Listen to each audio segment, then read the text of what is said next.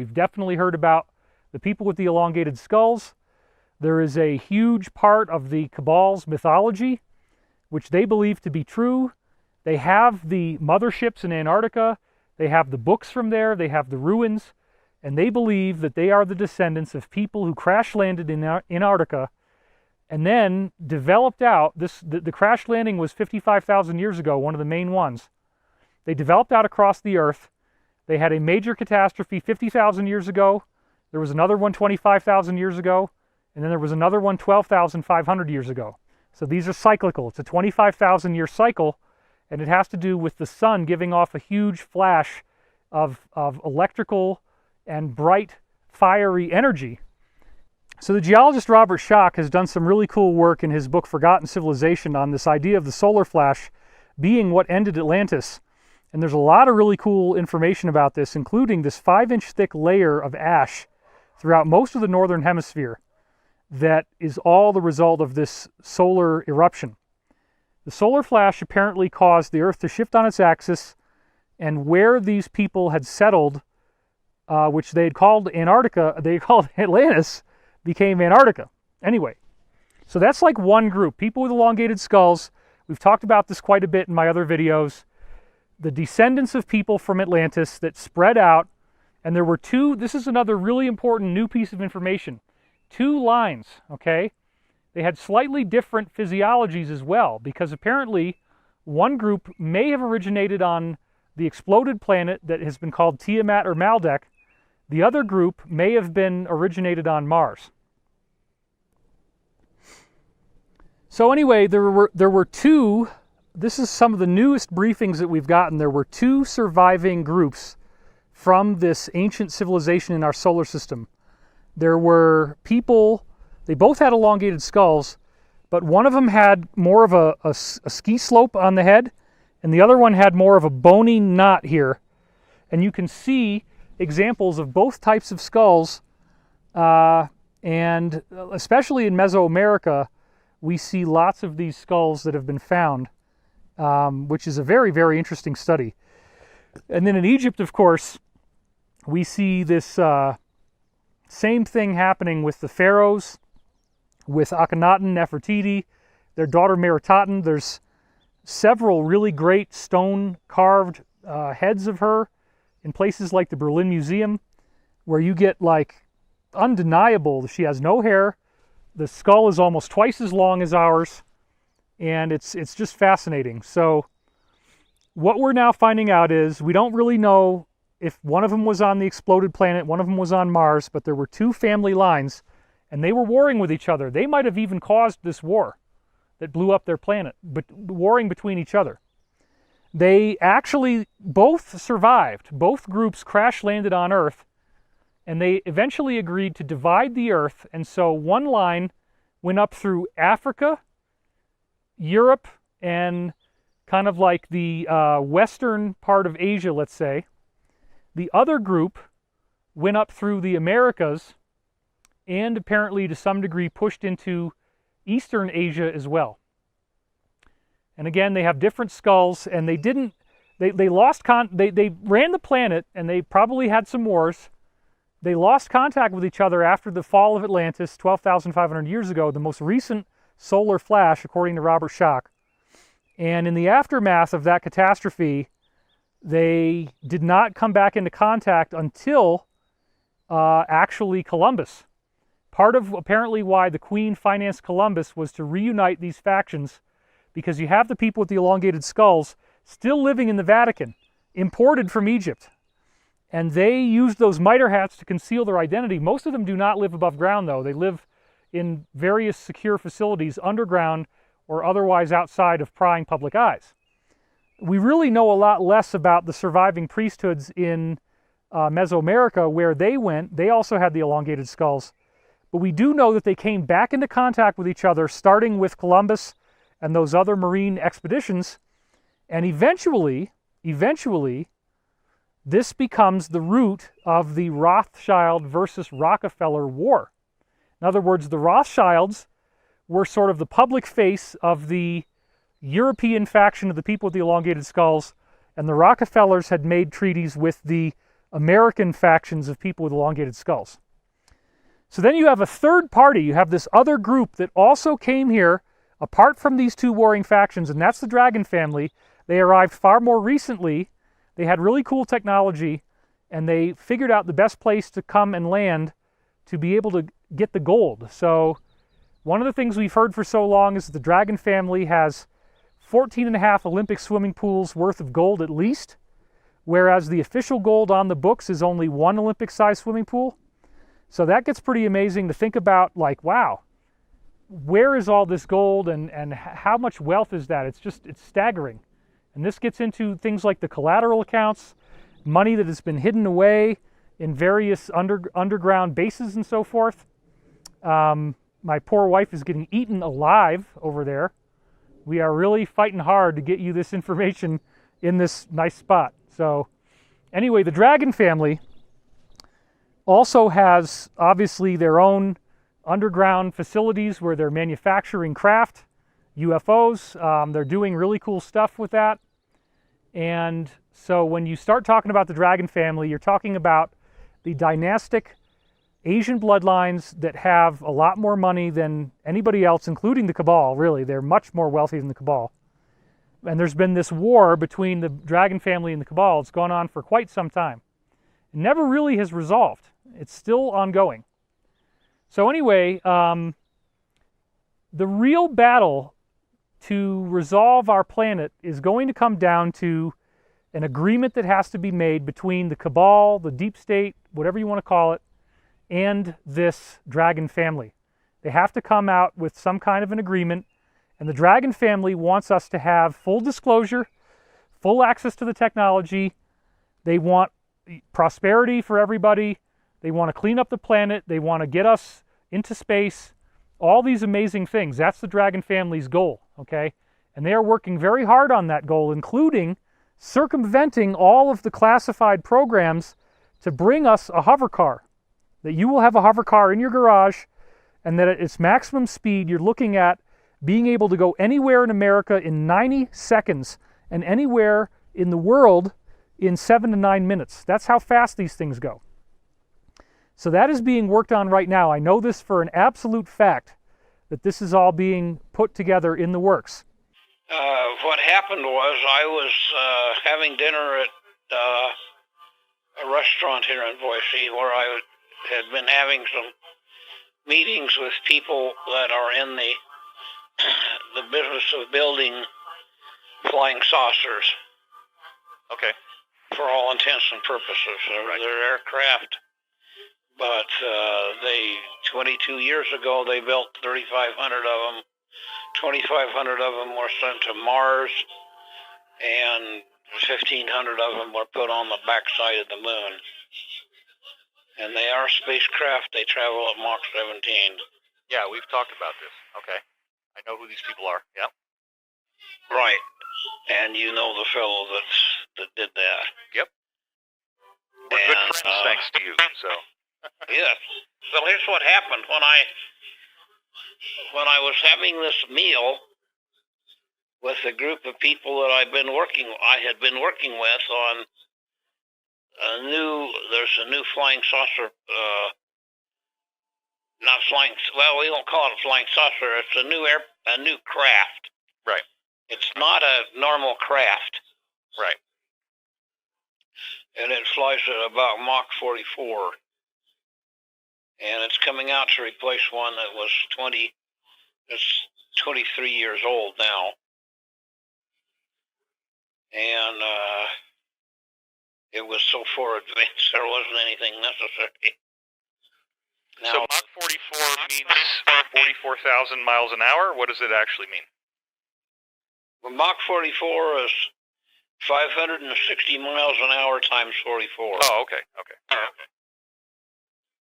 The one we did before, I flew once from a air base. I think it may be Davis Monthan Air Base. I'm not sure if that's the right one or not, but anyway, it's down in the basin between San Francisco and Sacramento. and it's in a hole in the ground that's about 1.5 miles in diameter. And it's built down under the ground, and they take off out of there. They have a cloaking device that's good enough that you can't see them with your naked eye from, say, 1,000 feet. Right. And you don't have the number of rods and cones required to see them at that distance.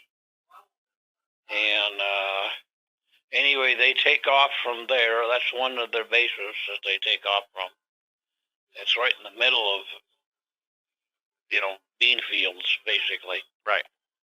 It's at the end of the San Francisco Bay that comes in and goes all the way down to, down south of, it goes down to east of San Jose, almost, if not all the way east of San Jose. It comes under the big bridge there in San Francisco Bay Bridge. And then on the west side of it is Stanford University and all those little towns run down through there, Cupertino and et cetera, et cetera. And then on the other side of the bay is Hayward and Walnut Grove and Berkeley and so forth on the other side of the bay. And it's on the Berkeley side. It's between Berkeley and Sacramento. Out in an area that's, a lot of it is marshy fields, and the rest of it is up out of the water. Up out of the low water table. And but it's a hole in the ground that they just went around and around and around and shoved dirt out of it for years. And then built. Why would they need to have this ship? Why would they need to have this ship so far down in a hole?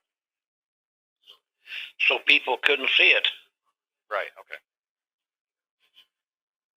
And are you saying that there were bases that these ships were going to on the Mars and the Moon? Well, they were. They went from there. They also flew from here. Some of them went to Wright-Patterson. Some of them went to the air base there in the military base there in the bay in Washington, D.C. A lot of them were runners that went up and up. Most of them, when they take off, they fly straight in the air. They go straight up. Okay. And so anyway, there were a lot of them went up and provided communication links. And so why would you need to send ships to Mars or to the Moon? What was the purpose of sending them out there? Purpose of it was to fight the Dracos. Really? They're from a different galaxy than we are. They're not from the galaxy that we're members of the Milky Way. And the people in that galaxy have a group, and most of them are people that have 2 eyes, 2 ears, 1 mouth, a nose, a couple of holes to breathe through. Some of them are very different than we are, but they have the same features, right? Just different. Like most fish have the same things, most snakes have the same thing, rodents, most spiders, spiders have 8 legs instead of 6, and or 4, but they're still, they have 2 eyes and 1 mouth, and one rectum, and so they're all pretty much the same, different sizes by far. But anyway, as you get further out, obviously you get older than the people here in this galaxy, which is a fairly new galaxy. Okay. And so it's in the early stages of evolution compared to some of the others, and some of them are, the people are mechanical. They're biomechanical rather than just biological, which is an area that MIT especially has a group that have been working on building people that are biomechanical. They have computers for brains, which we don't talk about at all. Right. And the Dracos are basically, Draco meaning dragon. They're basically, you would say they're of a dragon family rather than a human family. Some have 6 legs, some have 4, or some have 2 legs and 2 arms. But most of them have 4 arms and 2 legs, or 4 legs and 2 arms. Do they walk like a beast, or do they walk upright? They walk both ways. Huh. I'd never heard about Dracos with 6 limbs before. That's interesting.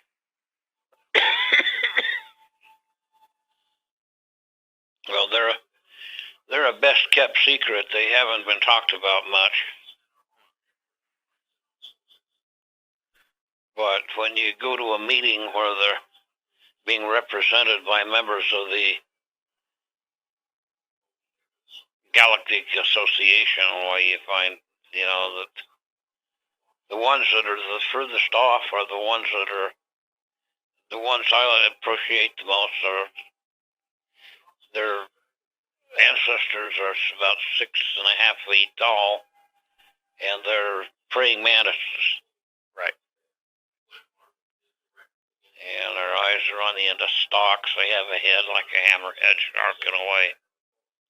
Their eyes are on the end of stalks that stick out where their ears would normally come out.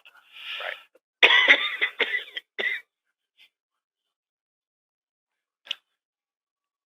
They have multiple plates in their mouth instead of teeth, and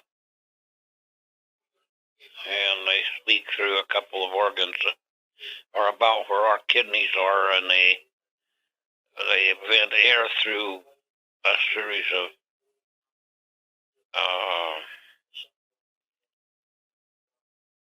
vents in the back, in their back, and they can tighten and loosen the bands, these flat bands that cover those, and they can sound exactly like a human.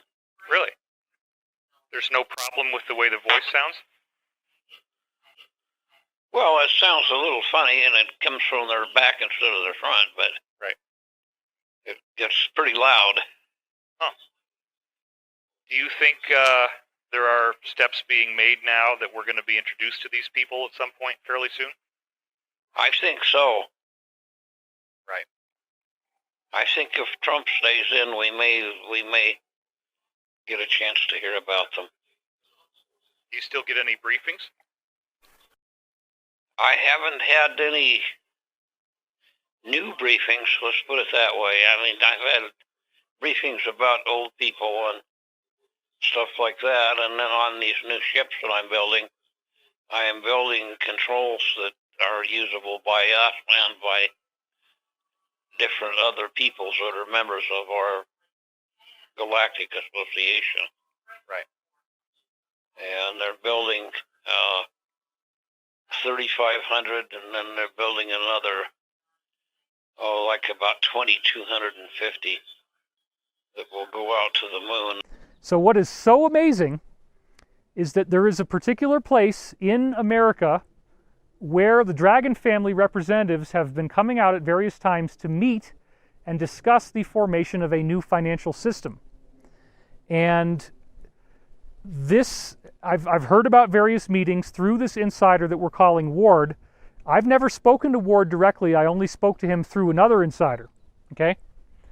Ward had a meeting which culminated on July 9th, in which the Dragon family and the representatives of the Western establishment have now signed off on that financial agreement that will give us gold-backed currency, that will get us our freedom back, that will get us classified technology, all these wonderful things.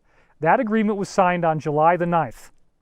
A day and a half after Ward signed that agreement, he was found face down dead in his house. And he had promised me that he was going to talk to me if the time became right after the agreement was ratified and it became publicly known. I have seen pictures of Ward with the Dragon family. I am not going to share those pictures, not even with the faces blocked out, because I don't know what kind of compromising information could be in there that I wouldn't even know about. But Ward died on the same day that Pete died, Pete Peterson, and that, to me, is very suspect. I don't know if Pete was knocked off. It is strange that when I talked to him last, which was only a couple weeks ago, about this whole idea that I had stolen his money from the fundraiser, and I have recordings of him saying that's not true, that he did receive all of the money, which his take of it was $55,000, then GoFundMe got the rest. So let's just, for the sake of this silly thing, let's just talk more about the money. So the money, you can confirm again, the money did go into your account. Well, I don't know that it did or not, but I do know that about $55,000 did. Well, that was the entirety of the fundraiser minus the cut that GoFundMe took. So yes, that is the full amount. People who are making this stuff up out of no evidence, they're doing it just because they like trolling, they like attacking us, and they think this is a game. People are dying. You know, we were threatened very severely with actual terrorism at the Contact in the Desert event. I was concerned every time I went on stage. I couldn't turn my back on the audience. We had a massive security presence. They were unarmed, but we had armed guards that were on call, ready to come into the room from local police. And so if people think that this is all a joke and that nobody's dying and nobody's getting hurt, look at what just happened to Pete and look at what happened to Ward on the same exact day, folks. And then what's interesting also is, we should also talk about this, that the arrest of Uncle Jeffy, let's call him that, because we don't want to say certain words or else this video will never be seen. But if you think about Uncle Jeffy, you know what I'm talking about. Uncle Jeffy has an island that goes on that island that we don't like, okay? So we'll leave it at that. And you know what I'm talking about because he was very publicly arrested last Saturday as the time that we're doing this video, which is exactly 1 week ago. Now what's interesting is that for the 2 days before Uncle Jeffy was arrested, we had, first on Independence Day itself, a massive earthquake right underneath the China Lake base, which nobody even knows about. It's almost as big as Area 51. BLM cordons off the whole thing. You can't go in there. There's nowhere you can go. But the whole thing is this really elaborate UFO base. It's got all kinds of stuff underground. It's got all kinds of stuff above ground. If you look at it, you got Edwards Air Force Base below, you got China Lake, and then you got Nellis right over here. And they're all in that big area where nobody gets to go. The BLM will tell you, oh, well, it's true. I mean, 85% of all the above ground weapons testing is done in this area. So they tell you, well, if you go in there, you're going to get blown up, turn around. So nobody knows about China Lake. Well, isn't it interesting that we have an earthquake on Independence Day, of all things, that makes China Lake non-functional as a base? And then another one happens the next day, July 5th, that's even bigger. And I was lying down in bed meditating at 8:19 p.m. For some reason, I was inspired to go to bed, get on my bed, lie down, close my eyes. I heard this dog going crazy outside in the neighborhood, shrieking like coyotes were, like a pack of coyotes. It was the weirdest dog thing I've ever heard. The dog finally stopped. I laid down, not even 5 minutes goes by, and I hear this very loud pulse, this very loud roar. Sounded almost like a bowling ball going down a bowling lane, but like 1,000 miles an hour, underground. It went woof. And then right as the sound impact came to my house, the paintings on my walls hit the wall. That's how I knew I wasn't just getting some meditative experience. This was totally real. And then only a few seconds later, the whole room starts shaking up and down. It was very vivid, very scary. Plus, I was in the upstairs of my house, and the upstairs already shakes a lot just from the wind. So when you get an earthquake in that room, it's really, really rough. So that scared the bejesus out of me. That's part of why I came back to Colorado, honestly. If there's going to be any more earthquakes, I'd rather not be there while they're happening. And we got some deals that we're working on that are about to come to fruition, but I'm out here to finish my book. Got 3 weeks to do that. So anyway, blah, blah, blah. The point is, those two quakes completely destroyed the mission capability of China Lake. And I found an insider that's in my latest article that I highly recommend. Go to divinecosmos.com, divinecosmos.com. That's my website. And click on the article called It Begins. I want you to read D-Class too, but definitely read It Begins. And in that article, I'm talking about the fact that some very strange stuff has been reported by whistleblowers going on at China Lake. A provable long-term track record of chemtrail experimentation, weather modification. That was the hub of it. So my theory was, what if they had some other doomsday aerosol that they could launch in planes that would basically either create mass hysteria or everybody that has a weak immune system dies, something really horrible like that. Because if Uncle Jeffy gets arrested and you look at his dossier of who got invited to his island, it is a who's who list of all the top people in the deep state. So this is not a joke. When Jeffy gets arrested, that's the moment that the deep state is willing to throw everything in the trash, ruin the planet. Apparently they also tried to create a doomsday nuclear weapon launch from a Russian sub. The Russians in the sub disabled the weapon before it could be launched, and in so doing they all lost their lives. But it did not go into fusion, thank goodness. And we applaud and praise them for their heroic sacrifice. A lot of people are dying right now. This is the peak of the war. It's a World War III, a shadow World War III. So again, if there are chemtrail planes there, and if they did have a doomsday aerosol, this strike would stop it. Not to mention, we don't know what other kind of trafficking was going on from there. There's all kinds of reports from the original Fritz Springmeier books about the Illuminati, of extensive trafficking of humans underneath China Lake in the underground parts. I mean, it's anybody's guess, all the crazy stuff that was going on there, but we do know that apparently Edwards, China Lake, and Nellis were the three main paperclip areas for the Germans that got transported here after World War II and really never lost their loyalty to their original party. So anyway, I'm hearing some storms and clouds, but we're going to keep going here. We're going to keep doing this for you because there's a lot of things I want to cover, and it's crazy and it's exciting, but it's scary, and then there's loss and there's pain and there's tears, and it's all kind of blending together right now. So I cannot believe that it's an accident that we see these two earthquakes that perfectly destroy China Lake, but like hardly anything else gets damaged. No civilian casualties. Maybe there's one guy they found under a pickup truck. They don't even know if it's from the earthquake or not. Even the town of Ridgecrest nearby doesn't seem to have been destroyed. But if you actually look at the news for the military for China Lake, they tell all non-essential personnel to leave, don't come back, go down to other bases because everything mission capable has been destroyed. So there's nothing left there. The earthquakes just wiped it out. These were bigger earthquakes, the second one in particular, bigger than Northridge 1994. And you look at the pictures of what Northridge did to LA, and it was tremendous devastation. So, and you notice they're not talking about China Lake at all. There's no pictures from there. There's no pictures of damage. Nobody's talking about this. Then they get Jeffy the next day. Now tell me that's an accident. And then the next day after that, there's this flooding that takes place in Washington, D.C. And it's so bad that you can't ride the subway. It's so bad that the basement of the White House is flooding. I do not think this was the alliance. I do not think this was the president's own people. I've had insiders tell me that the underground tunnels around D.C. are 3 times bigger than D.C. itself.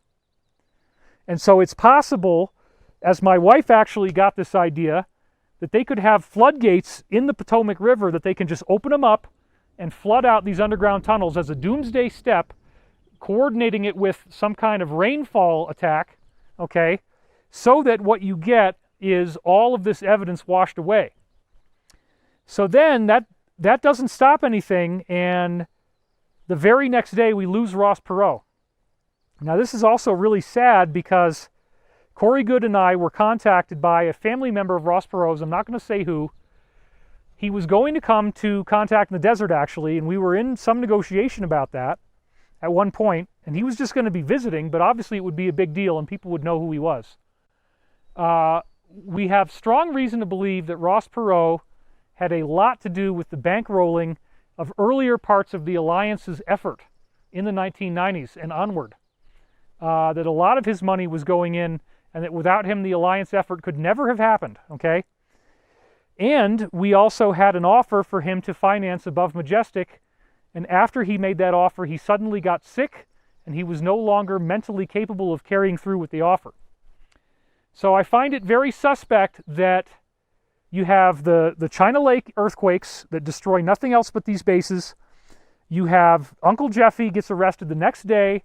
It's all starting to unravel now. Who did he invite? What are the pictures they found in his Manhattan apartment when they smashed the doors open? What other kinds of documents did they find? What did they get out of his safe? What are they going to find on the island? What kind of crazy blackmail stuff did he have on people? How many sealed indictments are there? They unsealed an indictment, folks. They unsealed an indictment about Uncle Jeffy. A sealed federal indictment. This is happening. This is true. This is real, okay? So think about what the implications are here. Think about how we are being shown the fulfillment of everything we've been telling you was going to happen. You got people messing around with kids. You got this horrible stuff going on. There's linkages to all these other things, and it's all going to unfold very rapidly because, as I told you guys, apparently there's a hard deadline of September, mid-September, for all of these things, all these different things to be declassified. And then, as I told you, Pete had told me maybe a couple months ago that if we made it 6 more months without some major problem, that he would be able to talk about anything that he had ever seen. No restrictions. So we have Ross Perot, who had offered to help us, and then, you know, he had also helped the Alliance to a great degree, and he's lost. And then the financial agreement goes through, I think the July 9th was like a Wednesday or something like that. I forget exactly what day of the week it was, but it was July 9th. And then Ward signs off on the new agreement for the new financial system that will free the planet. A day and a half later, they find him dead, face down, in his apartment, and Pete Peterson dies the same day. And so all 3 of these guys, Ross Perot, Ward, and Pete Peterson, are heroes. They deserve our respect. And it's very sad for me to have lost Pete. I considered him like a father. My father fought in Vietnam, had a very negative view of the military, as did a lot of people with the Woodstock and the hippie movement. And Pete talked about being around soldiers as if it was like being around angels. He really loved the military, and I saw them in a different way by talking to Pete. I saw them as actually our noble and honorable protectors, that the good guys in the military did not want to support this nefarious Satanism, this crazy stuff that was going on that they were very aware of. Remember that even before 9/11 took place, there were films going on inside all these places like Bohemian Grove and the Oval Office. They have all this damning video footage, all this documented evidence, and that evidence is going to come out. So we are right on the threshold of getting the freedom that we deserve and the freedom that we've worked so hard to achieve. I honor Pete Peterson as our fallen hero. I honor Ward. I honor Ross Perot and the work that he apparently did in making this alliance happen and making it possible. It has been a very low-funded operation for a long time. The current president was not a politician. He was brought in because it was either that or they were going to do a military coup against the president of the time. and this was all decided about 3.5 years ago now, to approach him and to say, can you self-finance your own campaign? You already have a public figure presence. People know who you are. We're gonna tell you, what's really going on. He was given a 2-week briefing. He was shown all kinds of horrible stuff, and he agreed to do it. So I don't usually get too excited about presidents. I mean, I was really hoping that Obama could do some good for the country, and a lot of people got angry at me about that. And now I'm talking about the current president, and I'm saying, you know what? Maybe there's more to this than just the negative view that the media gives us. Maybe there's something else. Oh, people get so upset. Can you talk about how Pete wasn't sick? Yeah. So I can talk about that. So I talked to Pete like 2 weeks ago. So Pete, I just want to confirm that today is June 6th, 2019. This is a conversation that we're having. You are not being threatened or coerced in any way. Is that correct? Absolutely. What's something you can do to tell us that you can confirm that it's June 6th, 2019? Well, I can tell you that my calendar's sitting here checked off up to today, which is June the 6th. Well, we just had give me a current event or something that's fairly current that's in the news that would confirm the date. Well, one of the main things is that the president has just had a meeting with the Queen. That's true. In England. And a number of things were talked about, and he talked more sensibly than he's talked in a long time.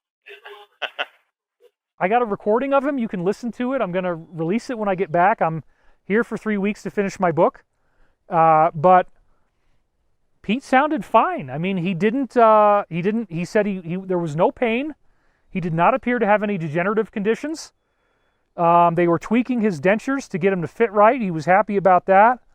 We had discussed coming out and taping him to talk about all this new stuff that he wanted to disclose. Well, let me just ask you this. How would you feel about us coming out there at some point fairly soon and getting some tapings done? Do you think that would be possible?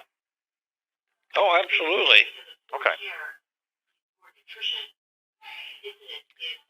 Do you think that the hospital staff there would be cooperative, that they'd let us do that? Oh, yeah. Like they wouldn't have anything to do with it. We'd go do them somewhere else. Right. So rather than doing like a private room at that facility, we would probably just want to take you somewhere else, and they're not going to get in the way. Either way, I could do it either way. Okay. They like me. I'm paying $7,000 a month for this. Really? Yeah. He was totally excited about that. We did it over open lines. We did it on the telephone. I had talked to Ward over open lines through text communications. And both those guys end up dead on the same day. And this is the kind of stuff, this is really like the third time that we've had a cluster of deaths all at once. One of them was around the time that we lost William Tompkins. There was another one recently, Carl Wolf, the guy who was the whistleblower for Disclosure Project, where he saw photographs of ruins on the moon that were clearly not really ruins. They were active bases, actually, extraterrestrial bases. So he died by getting hit by a truck on his bicycle, and then Preston Nichols died like almost to the same day, and he's the guy that was the Montauk whistleblower. And then my whistleblower, Daniel, nearly died that day. His tongue swelled up 3 times its size, became hard as a rock, and he has almost succumbed to cancer, but thankfully he's still around. So this is a war. This is real. I try not to get too angry about people who, in their own ignorance, accuse us of making this all up or that we're just trying to make money.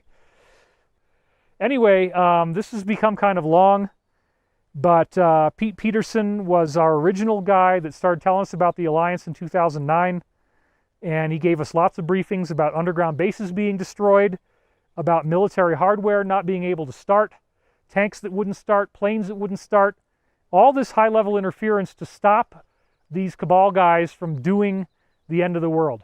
And the alliance has steered it beautifully.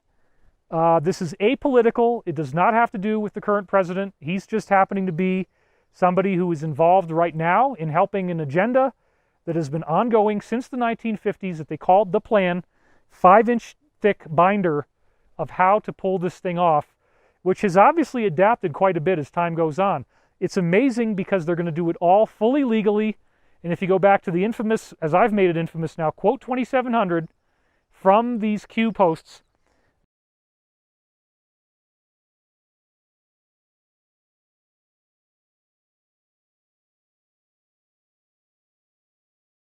what you see there is that they are going to make this all public. The public is going to learn everything. So the next stage, you know, Uncle Jeffy's just the beginning. Ordinary people are going to be learning about horrible things that are going to make them very upset. It's important that we work together with each other to stay happy, to keep going to work, to keep taking care of our kids, to get out of bed, to get past the grief, because this is really going to upset people as they learn these things. Anyway, it is upsetting that we lost Pete. I am not going to be deterred. We are not stopping. We will not respond to threats and intimidation. And I want to speak to one last thing while I still have our beautiful set here. Yeah, I'm calling it a set. So see, on mine, I'm like a filmmaker, right? So anyway, I can come over this way a little more. It is also very important to point out that when all these attacks started online, talking about Pete Peterson and that I had stolen his money, which is so ridiculous. I'd given him $18,000 of my own money. I didn't even create the fundraiser. It was created by somebody calling themselves Coco Luau. And Coco Luau handed it over to me, and the amount of BS that we had to go through with GoFundMe just for me to be allowed to transfer money to Pete's bank account was crazy. There's no way that GoFundMe would have ever allowed me to transfer it to any other account but Pete's, and it took us a lot of work even to get that done.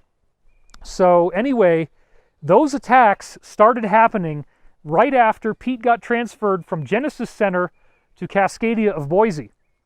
And we didn't know where he went, and in fact, the people at Genesis told us, we can't even tell you if he's still alive, and we can't tell you where he went. One of Pete's friends, who's the guy that called me and told me that he had died, actually was able to talk to somebody at the center and get them to admit to where Pete went.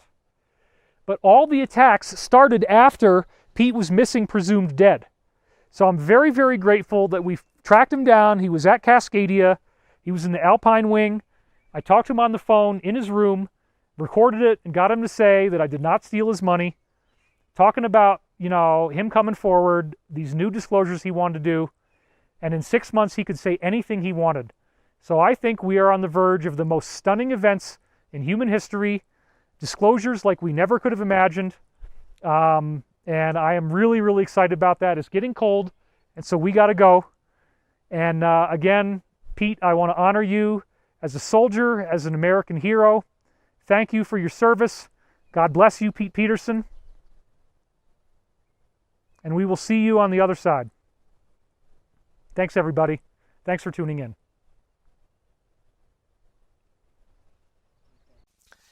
All right. Well, I hope you've enjoyed this film-length movie. We are very excited over here. I mean, to see all these things coming together, despite the tragic loss of Pete Peterson, it is very encouraging. The fact that this Hawk hybrid air underwater craft has been declassified and patented, that the guy who filed the patent also did free energy, and his name translates as the savior of our nation. And then on December 8th, we actually have the top civilian in the Air Force saying that they're going to declassify the secret space programs, that there's all this stuff, and that it will rally public support for the need for a space force to make us understand there's a threat.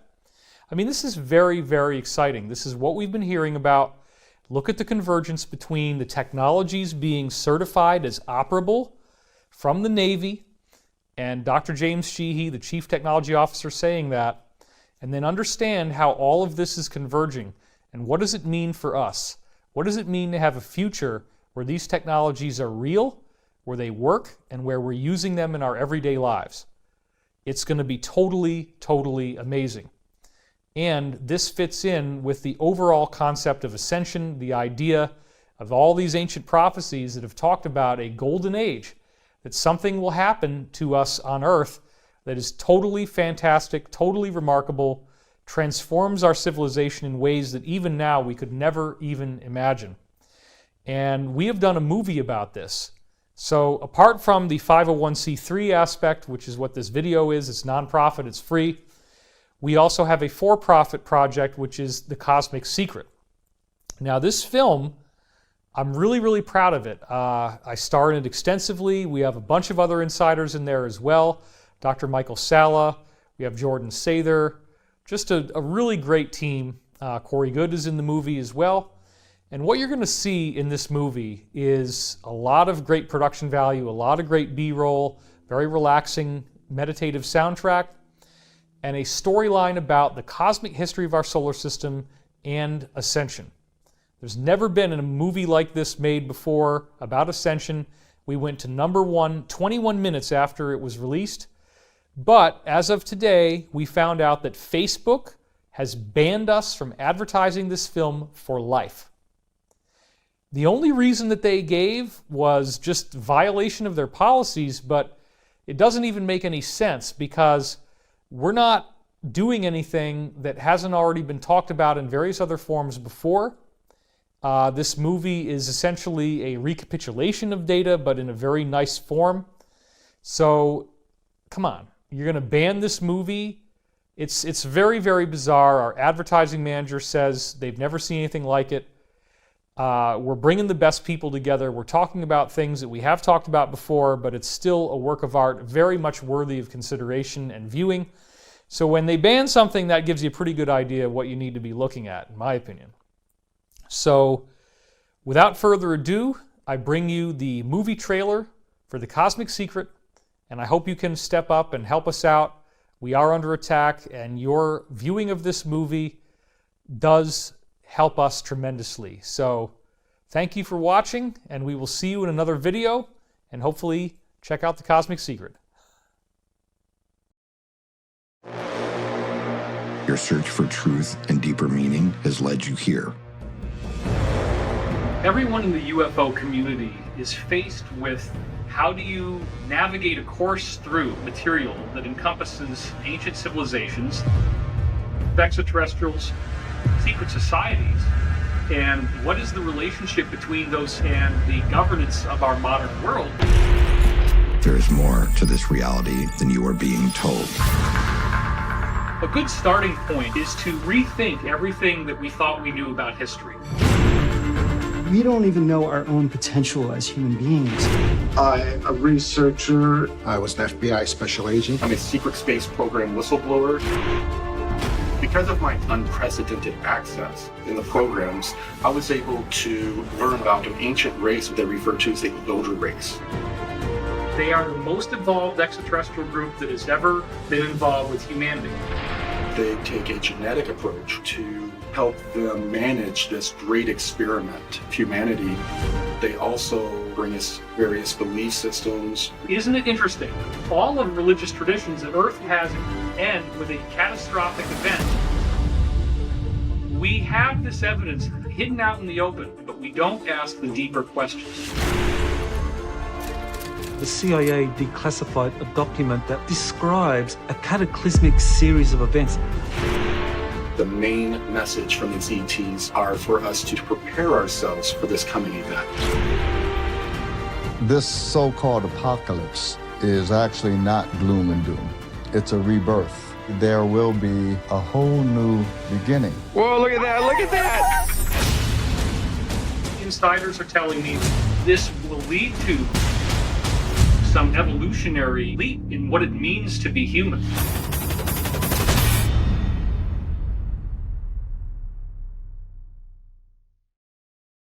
One thing I will say at the end here is I am aware that Pete Peterson mentioned the number 3,500, but then, and that was the number of crafts that he said that we were sending to the moon and to Mars, but then he had the numbers 2,500 and 1,500, which of course adds up to 4,000.